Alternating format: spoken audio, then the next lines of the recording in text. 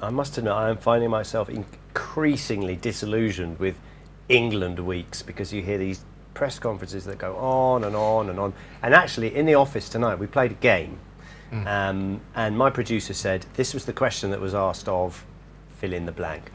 And I actually answered it exactly how he answered. There are no easy games. What would it be like to play along? It would be lovely to play alongside him, but that's up to the manager. And now, I know I'm being unfair, and I know these guys are obviously under pressure and they can't say things out of place.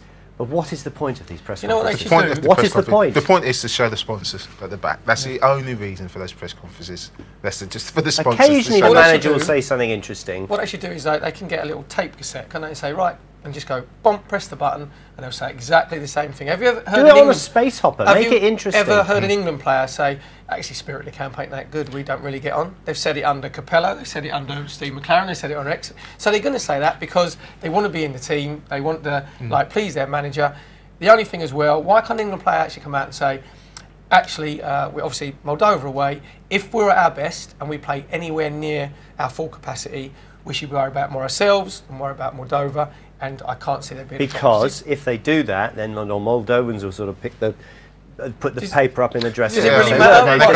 They don't speak English. Moldovans speak Moldovan. They don't speak English, do they? Translate it into Moldovan. They make better players. But you know what? The press have got to take some responsibility, because some of the questions they ask are ridiculous. Okay, right. What would you have asked Leighton Baines today? Well, Roy Hodgson, instead of Roy Hodgson's got a reputation for being thorough, I would say Roy Hodgson's got a reputation for being boring and playing 4-4-2. Are you going to sleep during these training sessions? See what he says to that. You wouldn't get an answer from that. He's not going to criticise the manager. You're not going to criticise your boss. I don't think and say what a load of rubbish. Questions that they give you that you're allowed to ask. Is that okay? So you have to actually get a tape machine to ask the questions. Thing is, no, I don't think it's as strict as that. Certainly not with the television and the radio boys. I don't think they'll say what you can and what you can't talk about. That you know for when you get briefed, the press boys go in. If there's a bit of a contentious issue or it could be sensationalised, they'll say, chaps, look, we're not talking.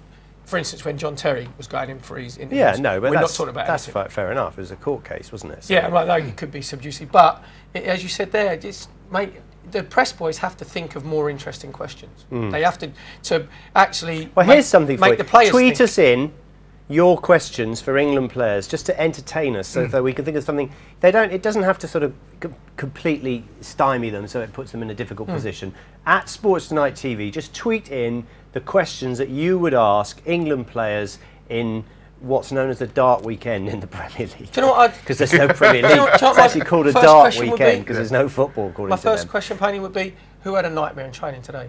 Who was the yellow bib? Who's not training very well? Because in training, everybody, there's always a yellow bib. You always get given a yellow bib, and then press one and go, oh, he ain't been very good in training, and it makes it a bit lighter. And why was that? Oh, he kept giving the ball away, or we did shooting and his finishing was rubbish. And if that's Jermaine Defoe, there's a story there. And it's only, I know it's only in training, but it gives you something a little bit different. Just test what colour bibs do you favour? You know, that kind of question. Yeah, well, but the yellow, everybody who got the yellow bib, because you have to wear it the next day in training. Who was the worst player? Is that right? Yeah, that's in most clubs. If you have a vote, you have a little five-a-side at the end. Whoever's the worst player, there's your bib.